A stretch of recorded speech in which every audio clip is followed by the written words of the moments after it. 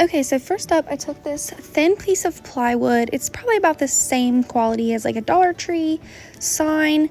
And then I painted it with 2 coats of this Dixie Belle Cotton white paint that I always use for everything. But yeah, I ended up doing 2 coats, just got it on there. I didn't worry about like full coverage either because I wanted this to look distressed. Okay, and then onto this little chick for a second. I took this yellow color. It's called Rebel Yellow by Dixie Belle.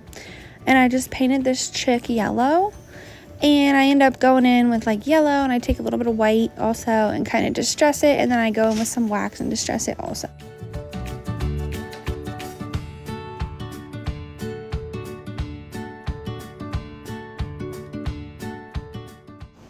Okay, so like I said, I took the black wax or the brown wax, and I just distressed this chick up a little bit, made it look a little older. This wax will be linked in my description box in my Amazon storefront if you want to find that same brand of wax that I'm using. And then I took this orange paint and lightened it up a little bit with the Dollar Tree acrylic paint, because I showed that paint in my last video, and it was pretty much worthless as far as like a paint goes for coverage. So, but it did work out well to lighten that color, so there's a good use for it if you want to buy it for something like that.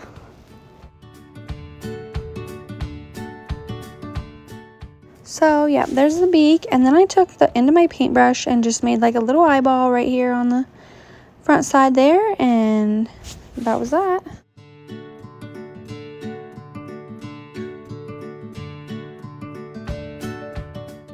Okay, and then I decided that the chick needed some polka dots.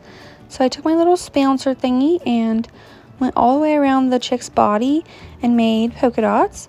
And then I go back in and kind of twirl them. And this helps them to look a little more full.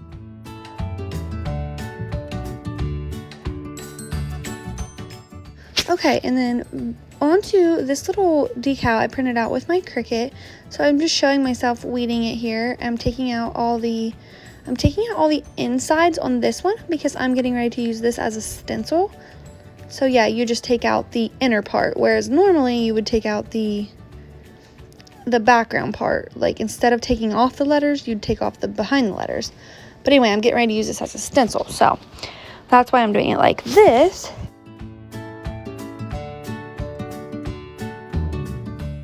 Okay, and then in case you forgot about this white board that I painted, this was what I was going to use all this for.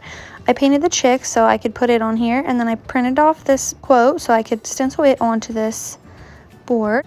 So on this part here, I don't really have any good tips. I just use my transfer tape, transfer the stencil onto the board, and take your time, you know, when you pull it off. That's basically my only tip there. I kind of cut things up and splice things like that to where I can get them to fit on my transfer tape, because I just reuse an old piece over and over and over again until it's like not sticky anymore. So anyway, yep, just get that stuck onto my sign.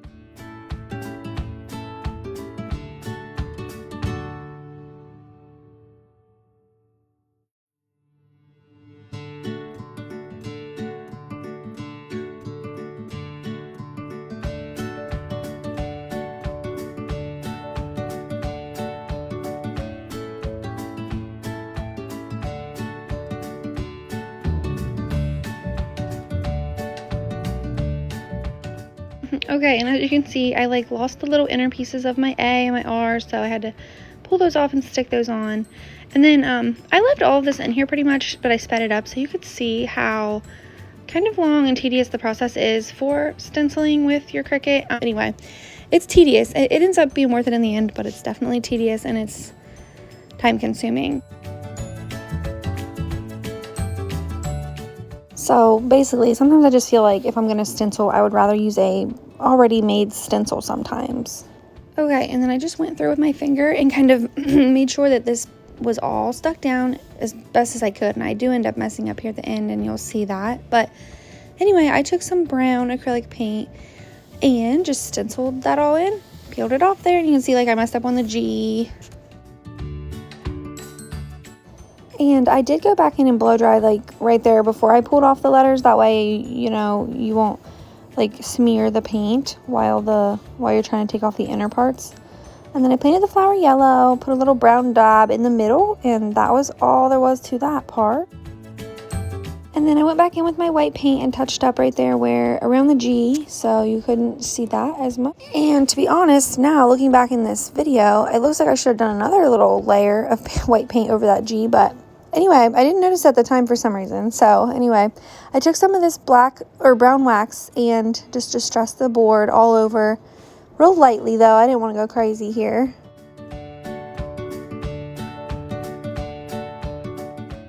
Okay, and then I got everything laid out on the board how I liked it. And then I went ahead and cut out some random assortment of ribbon. Those first two are from Dollar Tree. These next two with the lace are from burlapfabric.com, which I will also link in the description box. And then I just tied those up with some lacy ribbon, you'll see there, and that was all that. That's all there was to that. Okay, and then I hot glued the bow on to the chick, and then I hot glued the chick onto the wooden board here.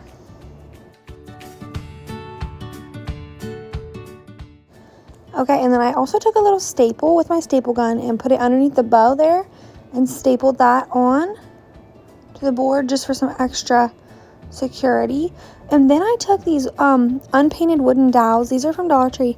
And I don't know why I wanted to do this step really, but I think it looks cute. And I wanted it to be like framed in. And I was going to frame it like with actual wood. But I figured I should just do something that's kind of simple in Dollar Tree. That way, like if anybody wanted to make something like this, they could with Dollar Tree items. So I didn't get all hardcore and make a frame or anything.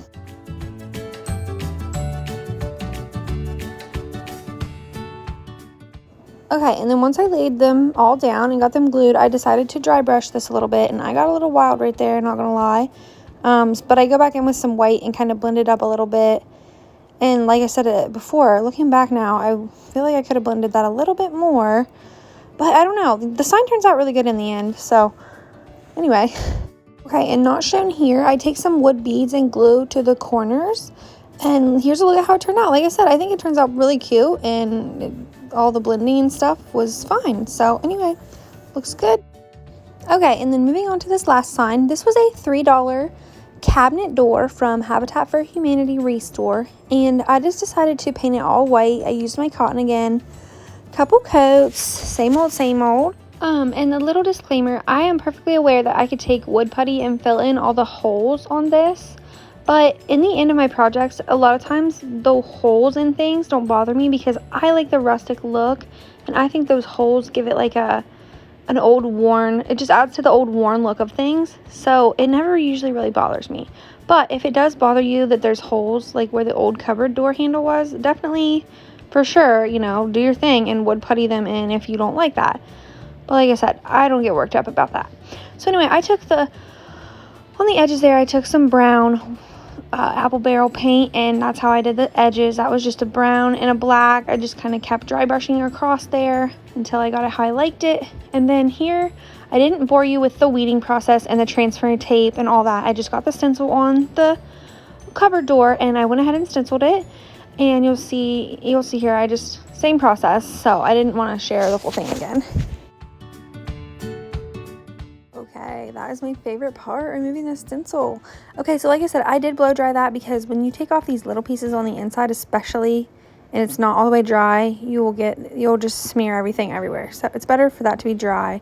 And obviously I'm impatient, so I couldn't wait for it to actually dry. But yep, I just weeded out all these little inner pieces, and there you have that. That looks pretty good. The quote is looking good. There wasn't too many mess ups on that. And then I just went back in and dry brushed across just to touch it up. I don't know, I do this every time. As I go on a project, I just always touch it up as I go and change it a little bit. And then I laid out this wreath on top because I knew I wanted to put a wreath on top, and I thought, well, maybe this one would work, but it was a little too big, so I went ahead and made my own. So I took this sprig of greenery from Michael's that I got. I think it was like $3.99 or something around those that price range. And then I just took it all apart. And this little process here of how I made this wreath is kind of rough. I don't know what I was thinking in the beginning. I just started hot gluing it on. I should have like hot glued some felt or something to the back. That way it would like have something to stick to. But here in a second, you'll see I got smart. and I hot glued like the leaves down so that the greenery would stick to the leaves. So yeah, that's what I did there. So yeah, like I said, as you can see right here, I pulled off the leaves separately and like hot glued them on because I knew I wanted this to be a full wreath, like all the way around. But I wanted it to be like thicker on one side. So anyway, you can just watch what I do here. I just hot glue them on and I get them situated how I want them. And then you'll see how it turns out here in the end.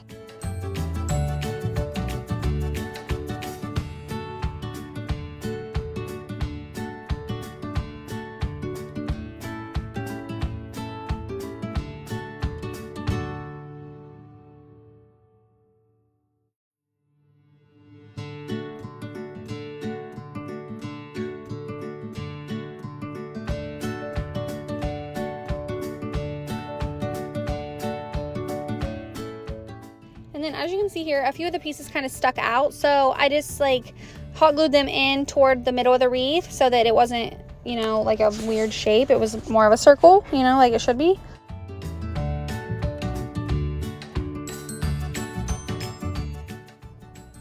Okay, and then here's a look at how the whole sign turned out with the little wreath on top.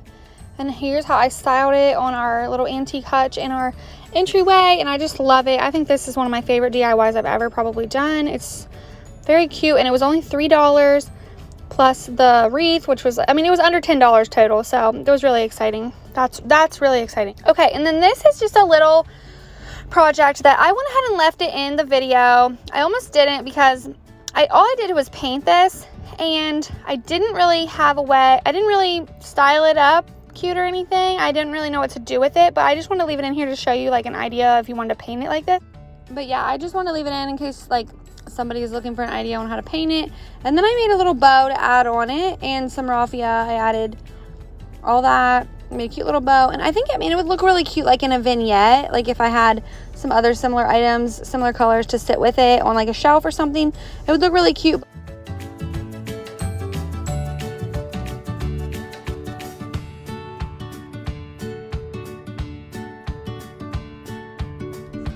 Okay, and then this last project here is just one of these wood cutouts from, this one's from Michael's, and this was a $10 wood piece thing, which I think is kind of expensive, but like these little details on this, you know, I can't make that with my Cricut, so I was like, I mean, I guess you can, but I don't know how to do all that yet. But anyway, so I'll just let this part play out. I'll put it on fast forward and let you guys watch it, but I just used this brown wax for the back half of it, went through and did all that, and then I picked some pretty springy colors and painted up the words and everything with that.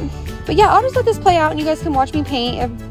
I know sometimes it's kind of fun to watch people paint stuff like this because it's like, it's not as tedious as just painting something all white. So I'll just let you watch.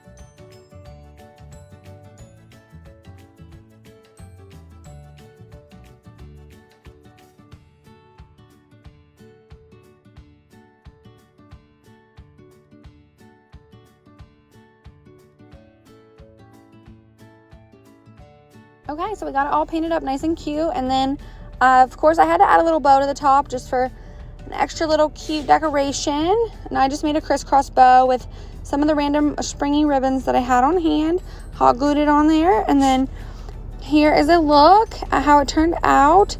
I hung it up on my window on my antique secretary just for the picture, and I think it looks super cute up there. Super pretty and neutral and fun. Very cute.